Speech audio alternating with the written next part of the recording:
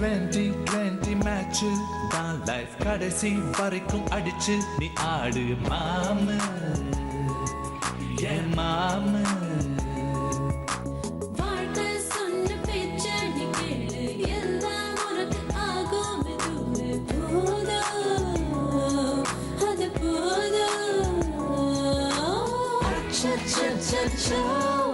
ஏதேதோ ஆயாச்சோ அட 5 நிமிஷத்தில் இருந்த இன்பமும் பறந்து போயாச்சோ. நெஞ்சத்தை கிள்ளாதே அது பாவம் கொள்ளாதே நெஞ்சத்தை கிள்ளாதே அது பாவம் கொள்ளாதே வாழ்வை ஒன்றாய் வாழ்வோம் வா. நெஞ்சத்தை கிள்ளாதே அது பாவம் கொள்ளாதே நெஞ்சத்தை கிள்ளாதே அது பாவம் கொள்ளாதே வாழ்வை ஒன்றாய் வாழ்வோம் வா.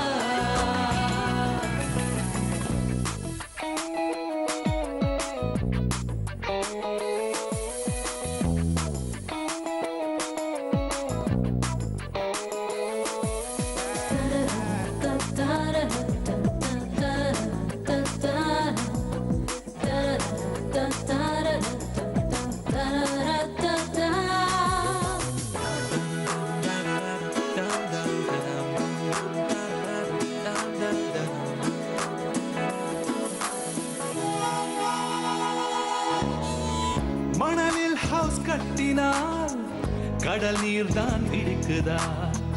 ஆன போதிலும் வீடு கட்டு நீ. தினமும் ஒரு கிராமதான் டென்ஷன் தலைக்கேறுதா தன்னின் தனிமையில் கத்தி பாரு நீ. ஓ இன்பம் கூடவே துன்பம் ஒட்டிக்கும் ரெண்டும் பியூட்டிஃபுல் காம்போ. இன்பம் பாதிதான் துன்பம் பாதிதான் Life's a wonderful rainbow. கொஞ்சம் நீயும் யோசிச்சு பாரு உனக்கில்லை பேஜாரு. நெஞ்சத்தை கிள்ளாதே அது பாவம் கொள்ளாதே நெஞ்சத்தை கிள்ளாதே அது பாவம் கொள்ளாதே வாழ்வை ஒன்றாய் வாழ்வோம் வா.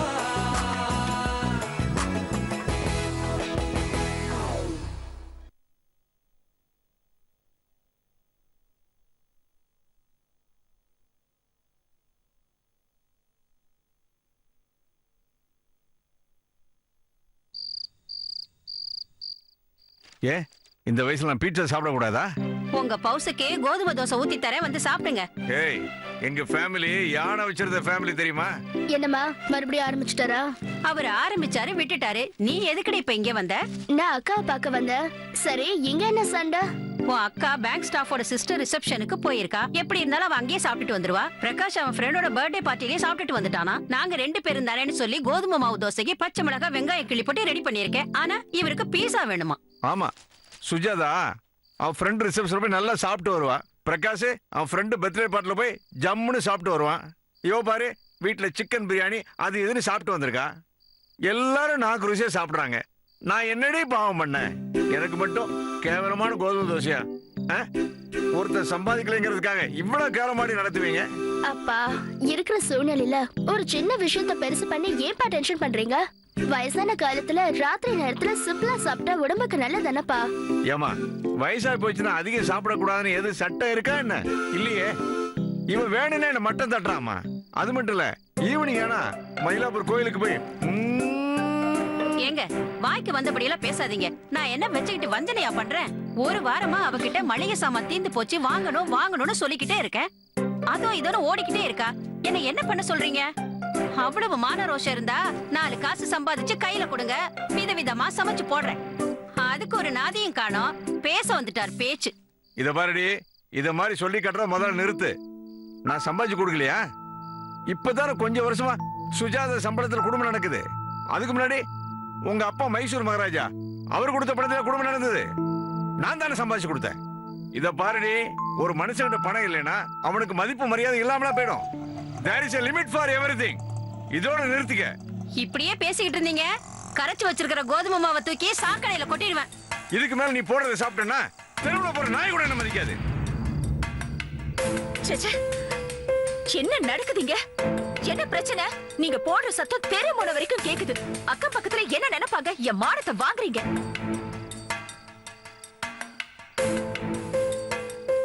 விஜி, எப்போ வந்த? சாப்பிட்டியா? என்ன பிரச்சனை?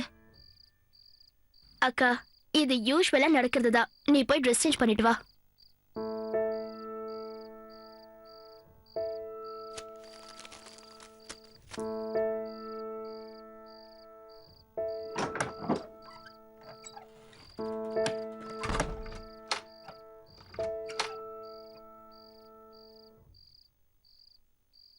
ஏன்பா இவ்ளோ வயசாயும் கொஞ்சம் கூட பொறுப்பே இல்லாம நடந்துக்கிறீங்க? ரெண்டு பேரும் சின்ன குழந்தைங்க மாதிரி சண்டை போட்டுட்டு இருக்கீங்க. ஏன்பா உங்க மனசை தொட்டு சொல்லுங்க. என்னைக்காவது அக்கா இது எனக்கு பிடிச்சது, இது நான் ஆசைப்பட்டது, அது வேணும் இது வேணும்னு ஒரு நாளாவது கேட்டிருப்பாளா? இந்த குடும்பம் தானே வாழ்ந்துட்டு இருக்கா. அவளுக்கு நம்ம எல்லாரும் சேர்ந்து சந்தோஷத்தை தர வேண்டாம்? அட்லீஸ்ட் அவன் நிம்மதியை கெடுக்காமையாவது இருக்கலாம்ல. விஜி, உள்ள வா. குடிக்க ஏதாவது வேணுமாமா? என்ன சண்டை? பசங்க எல்லாம் வெளியில சாப்பிட்டுட்டு வந்துருவாங்க. நாங்க 2 பேரும் தானே. கோதுமை தோசை பண்ணி தரட்டுமான்னு கேட்டேன். நான் என்ன அவ்வளவு கேவலமா போயிட்டேனா? பசங்க சாப்பிடலன்னா சமைக்க மாட்டியா? பணம் சம்பாதிக்கலன்னா மதிப்பு மரியாதையும் கிடைக்காதான்னு கத்தி தீர்த்துட்டாரு. விஜி கூட சத்தம் போட்டா, இத்தனை வயசாகி திருந்தலையான்னு. ச்சே, ஒரு காலத்துல நான் எப்படி இருந்தேன்? பிசினஸ் பண்ணிக்கிட்டு இருந்த டயத்துல ஸ்டார் ஹோட்டல்ல தான் கஸ்டமரை மீட் பண்ணுவேன். எப்படி எல்லாம் என்டர்டெயின் பண்ணியிருக்கேன். இங்க ஒரே புலம்பல் தான். நல்ல சாப்பாடு தானே சாப்பிடணும். இந்தாங்க, உங்களுக்கு என்ன வேணுமோ ஆர்டர் பண்ணி சாப்பிடுங்க. ஆனா இதோட இந்த புலம்பரத்தை எல்லாம் நிறுத்தணும். இந்தாங்க, உள்ள வா.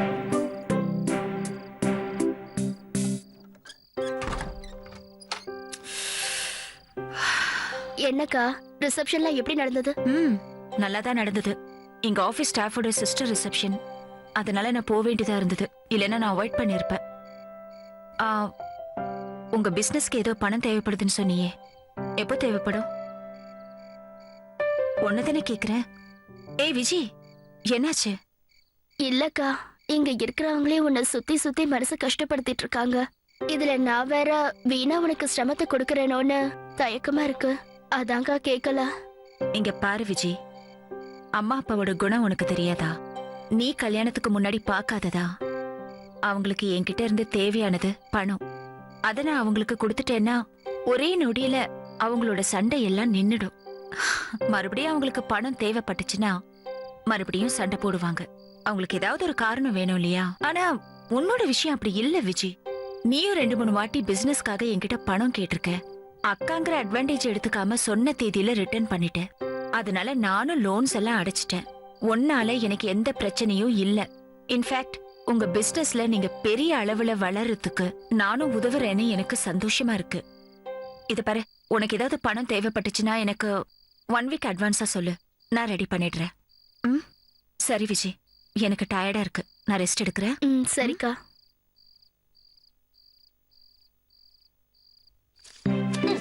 ஏய், இங்க பாரு, இந்த பணத்துக்கு அதிக சண்டை போட்டது நான் தான். பாரு, கத்தி கத்தி தொண்டையை வலிக்குது. அதனால 300 ரூபா நான் வச்சுக்கிறேன். நந்தம்பாக்கத்துல மோட்டர் எக்ஸிபிஷன் நாளைக்கு நடக்குது. ரொம்ப வருஷத்துக்கு அப்புறம் நடக்குது. ஃபர்ஸ்ட் டே எப்படி போனோம், என்ட்ரன்ஸ் டிக்கெட்டு, சாப்பாடு, பஸ்ஸுன்னு 300 ரூபா ஆகுமே நினைச்சேன். ஒரு வழியா கிடைச்சிருச்சு. அவங்க ரூம் லைட் ஆஃப் பண்ணிட்டாங்களா பாரு. அப்படியே கிச்சனுக்கு போய் உன் கையால 2 தோசை ஊத்திடுவா. பசி வயித்த கிள்ளுது. அதான பார்த்தேன். நீங்களாவது சாப்பிடாம தூங்குறதாவது. உங்களுக்கு பரிமாற முடியாது, சமையல் கட்டுல வந்து தோசை ஊத்தி சாப்பிடுங்க. ஏன் கத்துற? நீ போ, நான் வரேன். முடிஞ்ச 2 பூண்டை நசுக்கி மிளகாத்தூள் நல்லெண்ணெய் ஊத்தி கோதுமை தோசைக்கு அந்த காம்பினேஷன் சூப்பரா இருக்கும். போ, நீ போய் ரெடி பண்ணு, நான் வரேன்.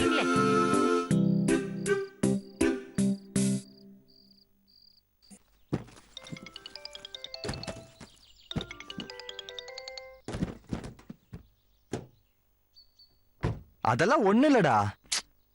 நான் வந்து தரேன்டான்றல. டேய் நான் சொல்றத புரிஞ்சுக்கோடா.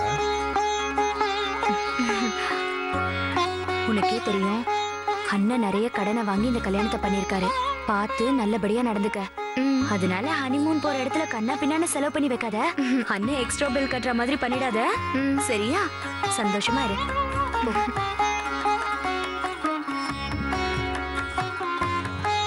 ஹே, ஆல் தி பெஸ்ட்.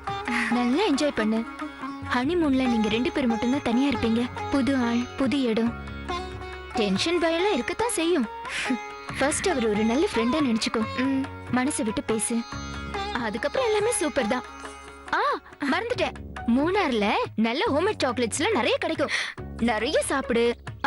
என் வீட்டுக்காரர் மாதிரி இல்லாம உன் ஹஸ்பண்ட் ஆவது உனக்கு பிடிச்சதெல்லாம் வாங்கி கொடுத்து என்ஜாய் பண்ற மாதிரி நடந்துக்கோ. சரியா? போ.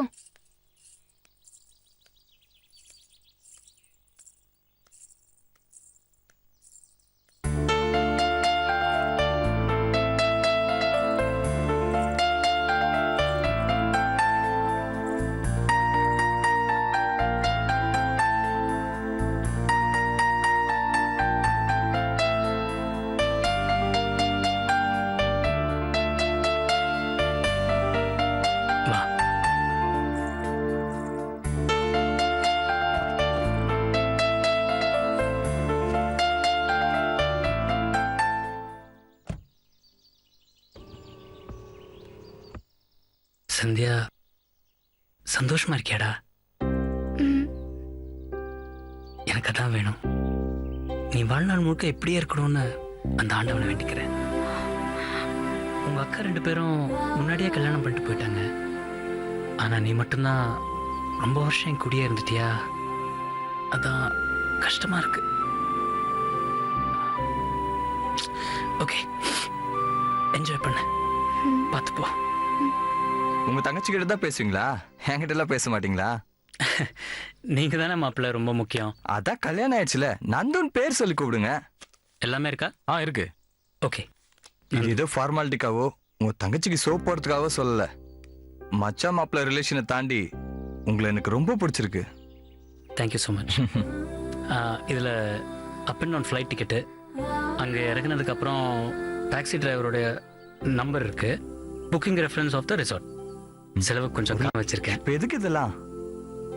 ஏற்கனவே தனியால நிறைய செலவு பண்ணி எங்களுக்கு கல்யாணம் பண்ணி வச்சிருக்கீங்க. இப்போ இது வேறயா?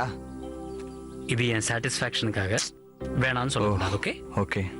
இந்த மாதிரி வேற ஏதாவது பண்றதா இருந்தா இனிமே என்கிட்ட கேட்டுட்டு செய்யுங்க. Yes sir. ஐயோ மச்சான், சரி நான் கிளம்புறோம். என்ஜாய் பண்ணுங்க. ம். ஒரு நிமிஷங்க. பார்த்து போங்க, நல்லா என்ஜாய் பண்ணுங்க. அங்கே டிரைவரை ரேஷாக ஓட்ட வேணான்னு சொல்லுங்க. அப்புறம் சந்தியா இந்த வீட்டில் கடைக்குட்டி, எப்பவுமே கலகலப்பாக ஹாப்பியாக இருப்பா. சுற்றி இருக்கிறவங்களையும் ஹாப்பியாக வச்சுருப்பா. விதவிதமாக சமைப்பா, டிராயிங், மினியேச்சர்னு என்னென்னமோ பண்ணுவா. கண்டிப்பாக உங்கள் எல்லாருக்கும் பிடிச்ச மாதிரியே அன்பா மரியாதையாக இருப்பா. இதெல்லாம் சாதாரணமாக எல்லா அண்ணனுங்களும் சொல்கிறது தான். ஆனால் நான் இங்கேருந்து சொல்கிறேன், சந்தியா ஸ்பெஷல். நீங்கள் பெருமைப்படுற மாதிரி ஒரு நல்ல மனைவியா அவ இருப்பா. அப்புறம் உங்களுக்கு கோவம் வர்ற மாதிரி அவ ஏதாவது பண்ணிட்டான்னா அவளை எதுவும் சொல்லிடாதீங்க. எனக்கு ஃபோன் பண்ணி எது வேணாலும் என்ன திட்டுங்க ப்ளீஸ். அவ்வளோதான் சொல்லணும்னு நினச்சேன். இங்க பாருங்க, சந்தியா உங்க சிஸ்டர் மட்டும் இல்ல, என்னோட ஒய்ஃபும் கூட. இனிமே எங்க 2 பேரோட நல்ல விஷயங்கள் 4 பேர்கிட்ட சொல்லி பெருமைப்படுற செய்தி மட்டும்தான் உங்க காதுக்கு வரும்.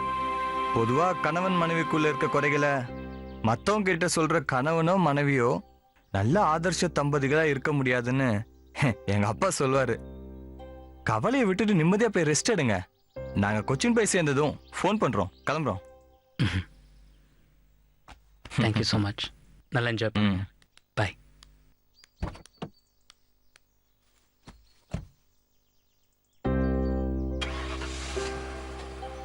டிரைவர் ஒரு நிமிஷம். வீட்டுக்கு போயிட்டு தானே ஏர்போர்ட் போறீங்க? கண்டிப்பா எங்க வீட்டுக்கு போய் தான் ஏர்போர்ட் போறோம். Very good. எதுக்கும் அம்மா அப்பா ஆசீர்வாதம் ரொம்ப முக்கியம். மறக்காம அவங்க ஆசீர்வாதம் வாங்கிட்டு குட்டி. ஓகேம்மா? சரிண்ணா.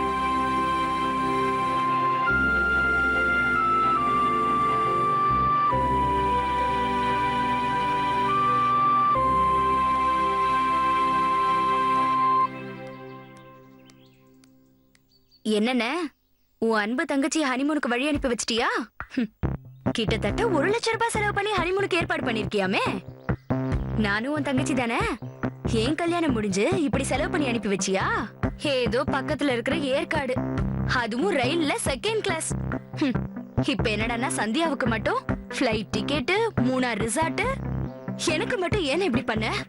போதும் நிறுத்துறியா? நான் நல்ல மூட்ல இருக்கேன், ஸ்பாயில் பண்ணிடாத. ஆஃபீஸ் போகணும்.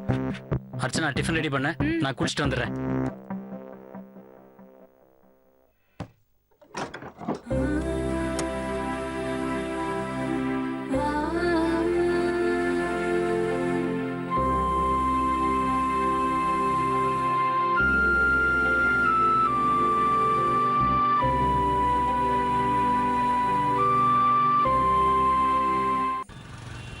முரளி, அங்க பாடுறா, அனுஷ்கா, அமலாபால் இவங்கெல்லாம் ஆட்டோகிராஃப் வாங்குற அளவுக்கு பின்றாளுங்க.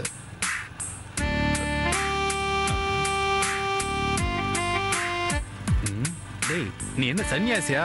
இந்த காலத்து காலேஜ் பொண்ணுங்கலாம் அப்படியே கலக்குறாளுங்க. நம்ம காலேஜ் படிக்கிற காலத்துல எல்லாம் தலைமுழுக்க எண்ணெயை வச்சுக்கிட்டு பாவடை தாவணின்னு அம்மன் கோவிலுக்கு கூழ் ஊத்த வந்த மாதிரி மொக்க ஃபிகருங்க. அங்க பாடுறா பாடுறா. டேய், என்னடா மூட் அவுட்டா? தங்கச்சி ஃபீல் பண்றியா? ஏய், ஒண்ணு இல்லடா, வாயை முட்டு வண்டியை ஓட்டு. ஏய், என்ன ப்ராப்ளம்னு சொன்னாதானடா தெரியும்.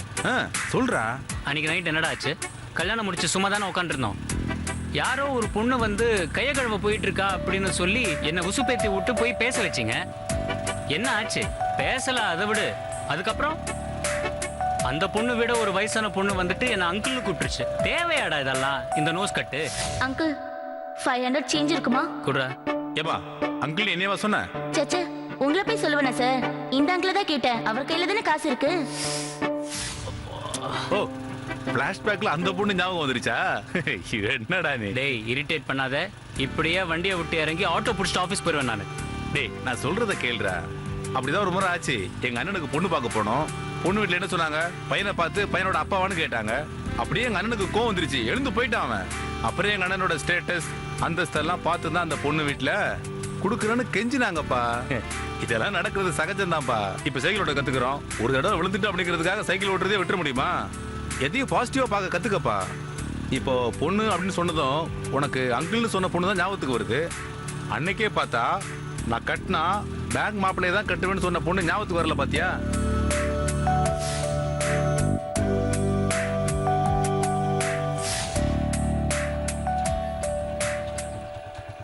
என்னடா? முன்னாடி வா சொல்றேன். வா வா, இப்படி வா. முரளி, உனக்கே தெரியும், பொண்ணுங்களுக்கு காதலே சின்ன வயசுல இருந்து பழகினவங்களுக்கோ 5 வருஷம் பழகினவங்களுக்கோ வராது. மின்னல் மாதிரி பொலிர்னு அப்படியே ஃபிளாஷ் ஆகும். அவளை பார்த்த கணத்துல அப்படியே ஸ்பீடு அதிகரிக்கும். அவளே பார்த்துக்கிட்டு இருக்கணும். உன்னோட ரொமான்டிக் லுக்ல அந்த சன்ல பட்ட கோனைஸ் மாதிரி அப்படியே மில்டாய் நிப்பா. எங்க ஒரு ரொமான்டிக் லுக் கொடு பார்க்கலாம்.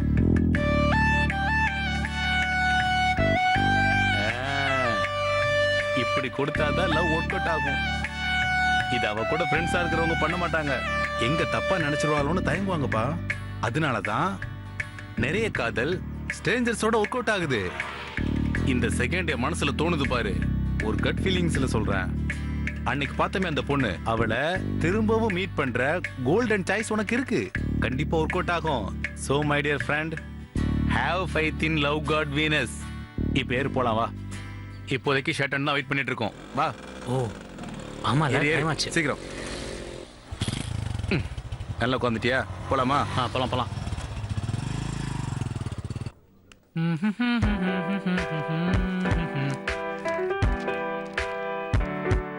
మురళి గారు, శివ గారు ఇంకా రాలేదు.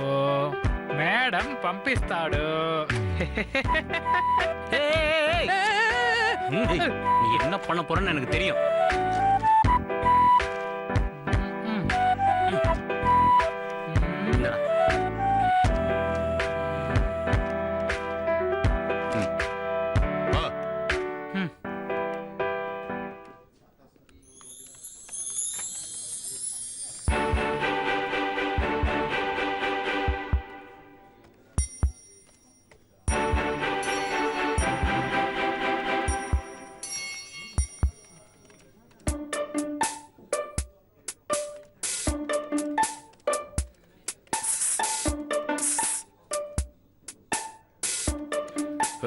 ஐயோ முரளி முரளி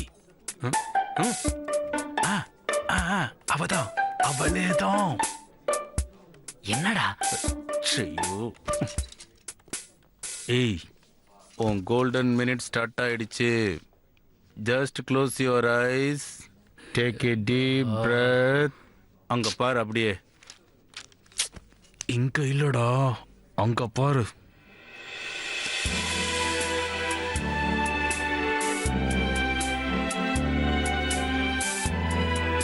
இன்னார்க்கு இன்னார் என்று எழுதி வைத்தானே தேவன் நன்று. சார் நீங்க எப்ப வேலையை ஆரம்பிப்பீங்கன்னு மேடம் கேட்டவர் சொன்னாங்க. ஏய், உன்னை தொலைச்சா தாண்ட இந்த பேங்க் உருப்படும்.